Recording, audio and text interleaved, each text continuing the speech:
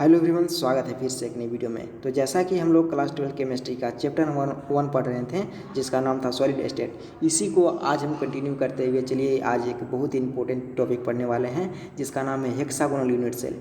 कि hexagonal unit cell कितने होते हैं, एटम कैसे अरेंजमेंट इसमें होते हैं, इसके बारे में चर्चा करेंगे, जो कि आपकी एग्जाम के पॉइंट ऑफ व्यू से इंपॉर्टेंट है।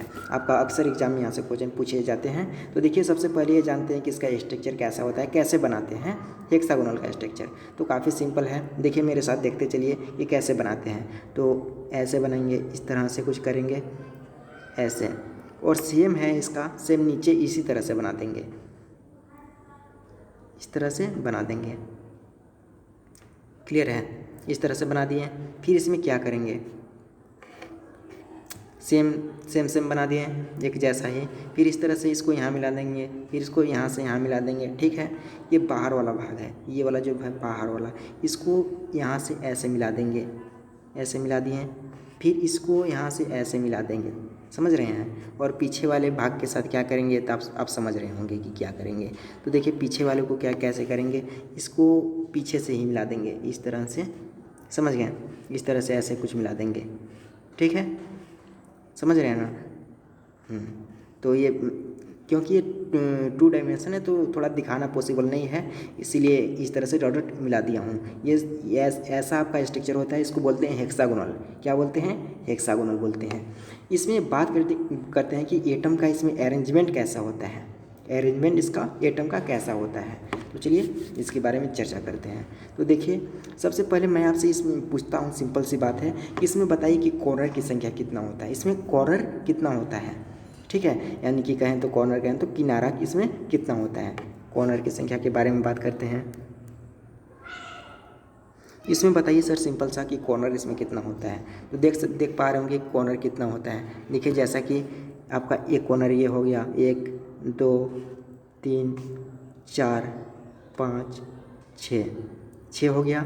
और सेम नीचे बनाते हैं तो उसमें कितना हो जाएगा, 6 हो जाएगा, 7 8 9 10 11 12। टोटल कॉर्नर की संख्या कितना हो गया, 12 हो गया। 6 ऊपर 6 नीचे हो गया 12, टोटल 12 हो गया। क्लियर है यहाँ तक? 6 ऊपर कॉर्नर हो गया, 6 नीचे कॉर्नर हो गया। चलिए आगे बढ़ते हैं। तो देखिए अब बात करते हैं कि एटम का कंट्रीब्यूशन इसमें कैसे होगा, एटम का कंट्रीब्यूशन कैसे होगा।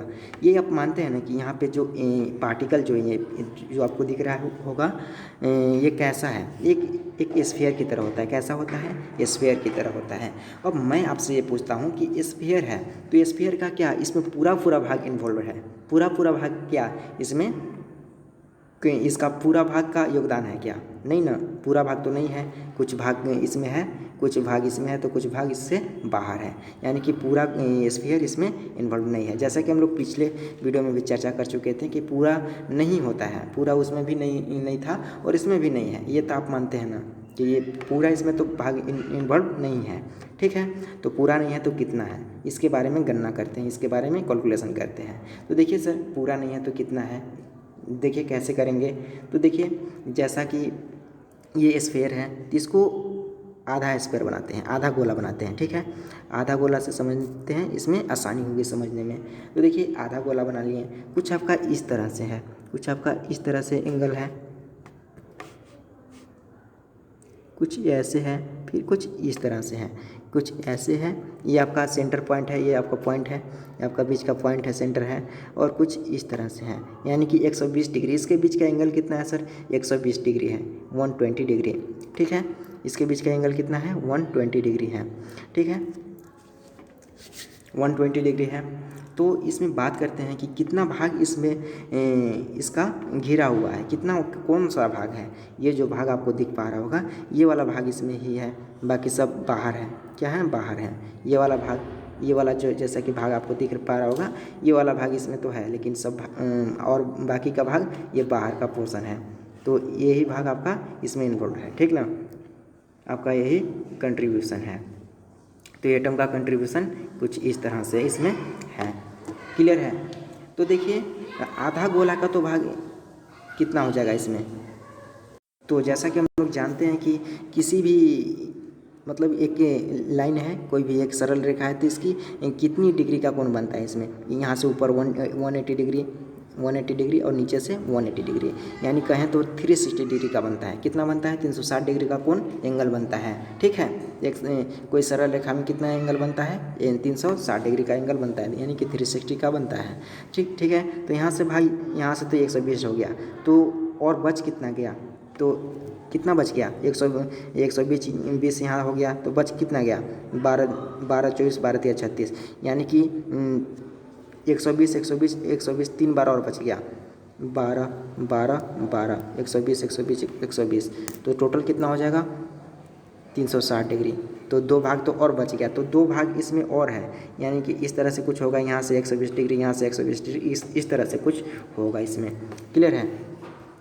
तो आप क्या कर सकते हैं कि ऐसा मतलब कि तीन तरह का 120 डिग्री 120 डिग्री 120 डिग्री बनेगा। क्लियर है? तो जो एक आधा गोला में आप कह सकते हैं, इसके निष्कर्ष निकलता है कि आधा गोला में 1/3 भाग कैरी करता है। कितना भाग करता है? 1/3 भाग करता है। आधा गोला में 120 120 120 तीन बार होगा, जैसा कि ये आपका ये आप देख पा रहे हैं कि ये आपका 120 भाग कैरी करता है, इसमें कैरी करता है 120। अब बच कितना गया? 120 और 120 और 120, 2 बार बच गया, तो ये दो भाग आपका खाली है। ठीक है, तो आप ये कह सकते हैं कि जो आपका आधा गोला है, यानी कि आधा स्फीयर है, इसमें आपका 120 डिग्री कैरी करता है, बाकी का भाग बचा हुआ है, तो आप कह सकते हैं कि 1/3 भाग इसमें कैरी करता है, 1/3। ठीक है ना, आधा गोला में। अब आधा गोला है, आधा गोला थोड़ी ना है, ये तो आधा गोला और आधा गोला मिला करके ना एक स्फीयर है हम लोग का। एक स्फीयर है कि नहीं है? यहाँ देख पा रहे होंगे, यहाँ एक स्फीयर है, आधा स्फीयर ये हो गया, आधा स्फीयर हो गया। तो इसी में सेम प्रोसेस होगा कि आपका आधा गोला का तो 1/3 भाग कैरी कर रहा है, लेकिन पूरी की बात करें तो कितना हो जाएगा? 1/6 हो जाएगा, 1/6 भाग कैरी करेगा। ठीक है, समझ में आ गया बात? तो पूरा स्क्वायर की बात करें तो कितना भाग कैरी करेगा सर? 1/6 भाग कैरी इसमें करेगा। तो 1/6 यहाँ से करेंगे तो कितना टोटल इसका कंट्रीब्यूशन हो जाएगा? एटम का कंट्रीब्यूशन हो जाएगा टोटल 2 हो जाएगा। कितना हो जाएगा? 2 हो जाएगा। क्लियर है? कोई प्रॉब्लम नहीं है। चलिए आगे बढ़ते हैं।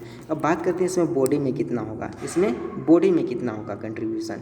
तो बॉडी की बात करते हैं तो देखिए बॉडी, तो बॉडी में क्या हो जाएगा? देखिए सर, बॉडी जो है इसका कितना हो जाएगा बॉडी में।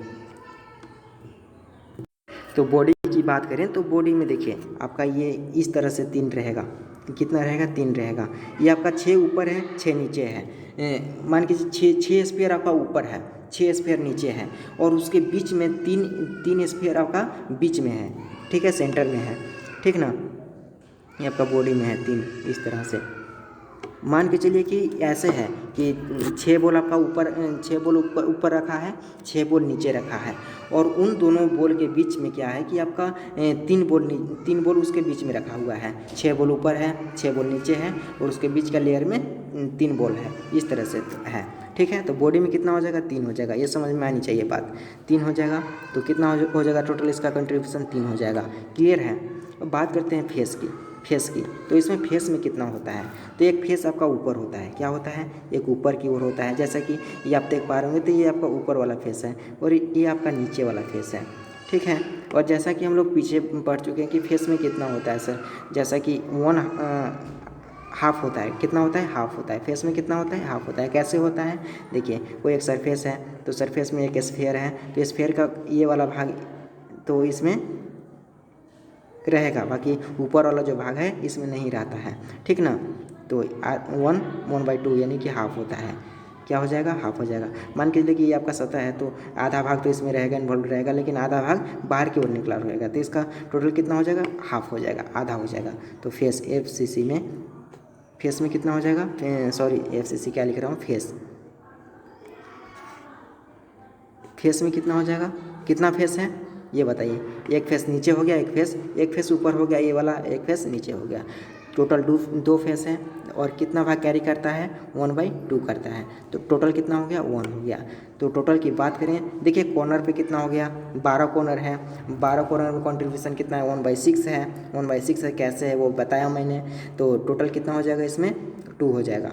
बात करें बॉडी की, तो बॉडी में कितना हो जाएगा, 3 हो जाएगा। कैसे होगा, मान के चलिए कि 6 आपका बॉल ऊपर रखा हुआ है, 6 बॉल नीचे रखा हुआ है, और सैंडविच की तरह आपका 3 बीच में रखा हुआ है। सैंडविच की तरह आपका जो है 3 बीच में रखा हुआ है, 6 बॉल ऊपर, 6 बॉल नीचे, और उसके बीच में 3 रखा हुआ है इस तरह से।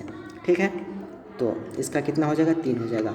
और बात करें फेस में, तो फेस में कितना हो जाएगा, फेस 2 होता है, एक ऊपर है फेस, एक नीचे है फेस, और इसमें हाफ भाग कैरी करता है, यानी कि आधा करता है। तो टोटल की बात करें तो टोटल इसका कंट्रीब्यूशन कितना हो जाएगा, कितना हो जाएगा, 3 2 5 और 1 6 हो जाएगा। तो आपसे कोई पूछ ले कि आप बताइए कि हेक्सागोनल यूनिट सेल में कितना रैंक होता है, rank of hexagonal unit cell. Question इस तरह से पूछ ले कि रैंक ऑफ यूनिट सेल बताइए, rank of hexagonal unit cell कितना हो जाएगा सर, इसमें 6 होता है। आप हमेशा याद रखिएगा कितना होता है, 6 होता है।